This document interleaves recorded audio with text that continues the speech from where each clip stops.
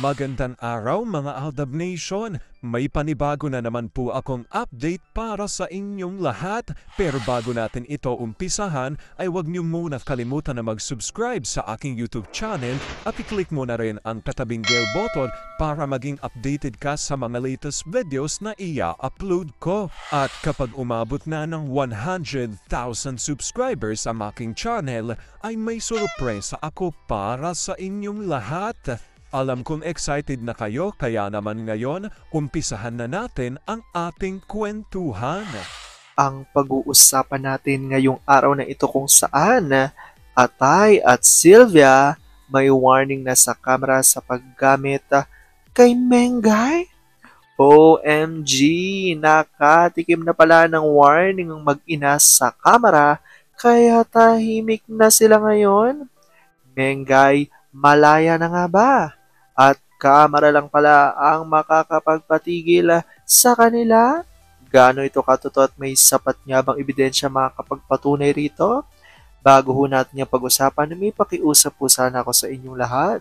Sana po'y hindi natin i-skip ang ads dahil isa po ang YouTube sa akin pinagkukuhanan ng allowance dahil ako po sa ngayon ay nag-aaral. Ito po ay napakalaking tulong sa akin. Ako po ay ADN since 2015 at isa po ang sa pag-create ng content about Aldab ang aking trabaho. Bukod dito ay nagtatrabaho pa po ako as working student. Kahit hindi ganun kalaki ang kinikita ko sa YouTube, ay malaking tulong din po ito para sa aking pag-aaral. Kaya sana po hindi natin i-skip ang ads mga Aldab Nation. Ngayon pa lang maraming salamat po sa inyong lahat. Alam ko super excited na kayong malaman ang ating topic pero ngayon magbasa muna tayo ng mga nakakatuwang post ni My name is Theo01 sa Twitter. Kaya naman wag na natin patagalin pa sabi niya sa kanyang tweet, sama mo naman ang mga bata na magbakasyon habang wala pa silang klase.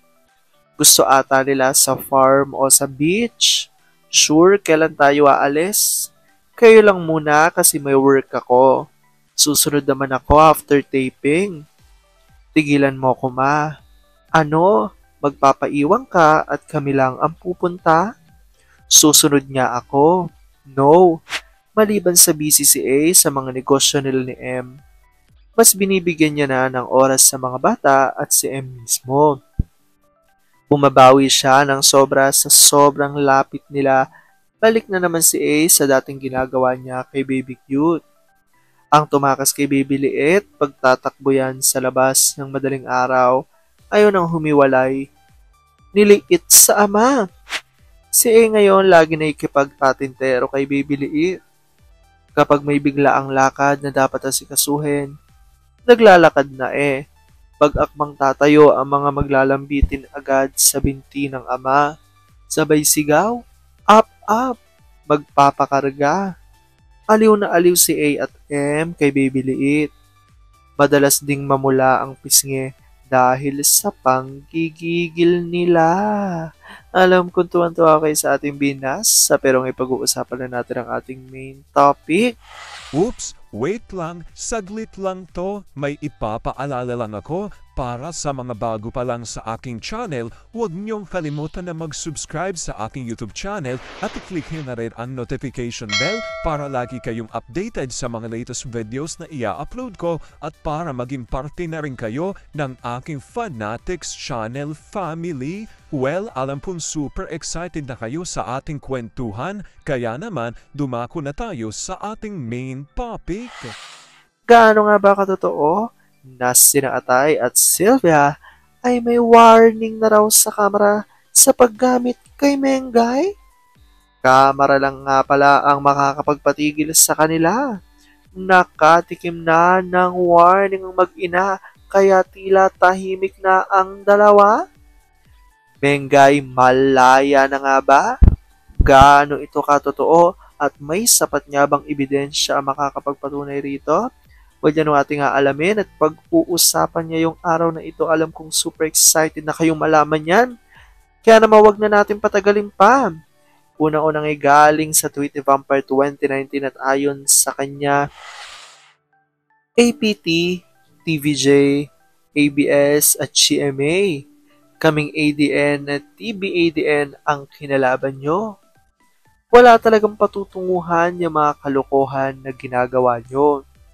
Akala nyo, nung panahon pa ni kopong-kopong na radio at black and white TV lang? At kung anong sasabihin nyo ay paniwala na agad ang mga manonood at nakikinig?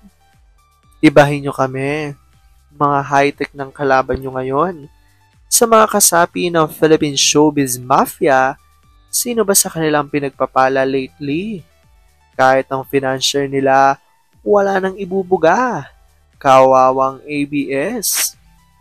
Ang taas talaga ng paghanga ko kay Haligi at Dalmatian noon. Pero napapalitan nyo ng kasuklam-suklam. Kinagat nilang sarsuela ng Philippine Showbiz Mafia. Kasi dyan sila nagkaka-extra. Nawala na ng ibang negosyo sa kagagawan din nila. Ang masamang gawain ay may katumbas yan. Huwag na silang tumingin sa malayo.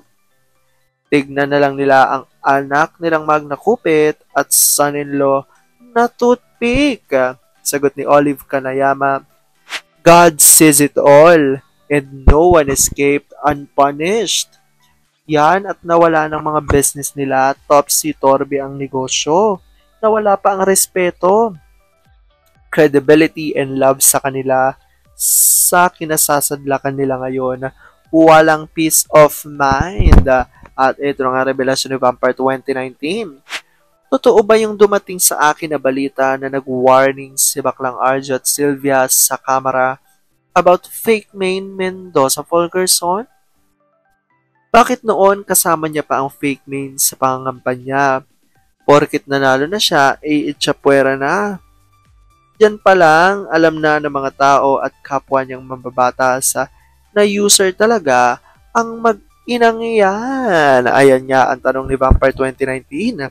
At narito naman ang kasagutan sa Facebook posts ni My Destiny Vlogs at ayon nga rito sa kanya, for the record lang po, walang post na ganyan sina Arjo Atayde at Sylvia Sanchez dahil may warning na sila sa camera. Kahit silipin niyo po ang social media sa IGs at sa X and Facebook, wala po kayong makikita. At ito nga tinutukoy ng mga bagong litrato nga nina Atay at ni Mengay dito nga raw sa London na ayon sa mga Aldab Nation na hindi ito totoo dahil ang kasama nga raw di umano ni Mengay sa London ay si Alden. Kaya wala daw ganitong post. Una bes ang mag-ina dahil tila nakatanggap na raw ito di umano ng warning sa kamera. At dagdag pa rito, may warning po sina Arjo Atayde and Sylvia Sanchez sa camera tungkol sa fake na Maine Mendoza. Kaya lahat ng post na kumakalat, hindi po galing sa kanila. Ayan nga hot. Naglalabasan niya ang ilan sa mga photos na pinaniniwalaan ng mga Aldab Nation na edited photos. Dahil nga ang tunay na magkasama nga raw talaga sa London ay walang iba kung hindi ang May Chard. At ayon nga rito, hindi nga raw dapat magalit kina Atay at sa kanyang nanay dahil di umano ay hindi talaga galing sa mag-ina ang mga litratong naglalabasan ngayon sa social media dahil ayon nga dito sa kalalabas pa lang na balita ay nagkaroon na raw ng warning di umano sa kamerang mag-ina dahil sa panggagamit di umano kay Mengay at panggagamit sa fake Maine Mendoza. Ayon yan dito sa ating balitang nakalap. Kung may mga lumalabas man raw na mga litrato, sina Atay at si Mengay sigurado raw, ito raw ay galing sa mga Armin. At ayon pa nga sa kanila, itong araw ay edited photos lamang. Well, comment down below dyan guys kung ano po opinion nyo patungkol dito. Alam kong dahil dito marami sa inyo mas lalong yung kumakapit at naninindigan na Aldab made sure it's real. Pero sabi nga natin na kahit na ano pa man ang magandang desisyon din na Alden at Meng sa kanilang buhay, karera at buhay pag-ibig, kailangan natin sila supportan, kailangan natin itong tagapin ng buong buo dahil yun ang kanilang deserve. At yun ang aking update for today's video. Maraming salamat mga Aldab Nation. Ingat!